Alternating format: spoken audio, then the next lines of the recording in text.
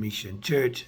It is a pleasure to come by way of this pre-recorded message and to give you a charge for the new year 2022.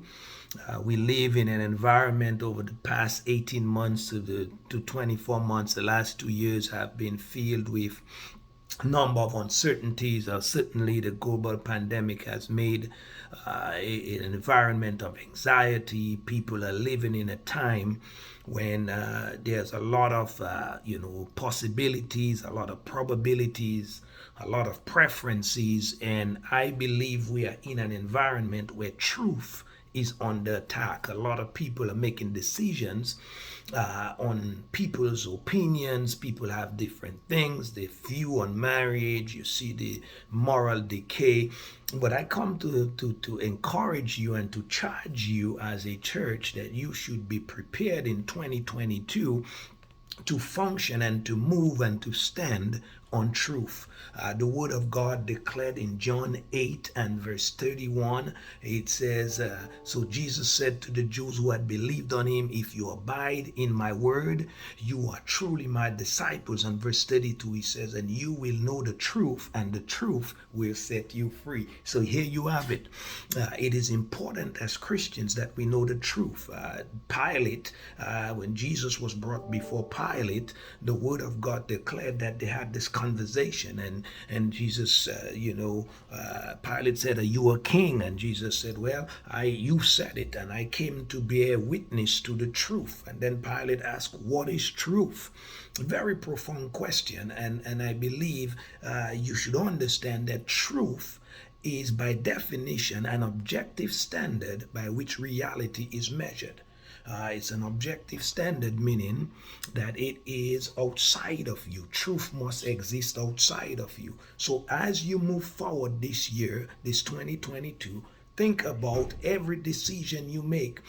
Think about every opinion you keep. The Word of God puts it very clear. He says in Romans 3 and verse 4, let God be true and every man a liar. In other words, then truth is basically what God has to say about a subject.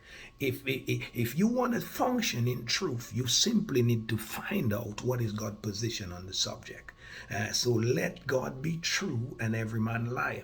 Now you must understand there's a difference between facts and truth. Facts deal with the natural realm. It deals with what you can see, what you can taste, what you can touch. These are the facts, and a lot of times we want to deny the facts and claim that, oh, I'm not sick. No, the doctor says you're sick. You've got high blood pressure. You got diabetes. You are sick. You can deny it all you want. You can claim I don't have it. You can cast it out. The facts are you have the sickness if there is proof that you do. And these are facts. But understand this, the facts does not outweigh the truth. And that's why, you got to be careful that you do not base your life decisions on the facts and the facts alone. As a child of God, you have an entity that overrides the natural. And so now I am challenging you, I am charging you to live your life according to the truth. Now, how does that play out in life? In John 11, the Bible tells the story of Lazarus and his sister Mary and Martha. Lazarus took in sick, and it looked like things were getting bad. As we would say in Dominica, he was getting low. And so Mary and Martha sent a message to Jesus and said, hey, the friend you love, Lazarus, is sick and it don't look good. And Jesus sent back message to them saying, hey, this sickness is not unto death, but that the Son of God be glorified. Hey, don't trouble me. The dude is looking low, but he's not going to die.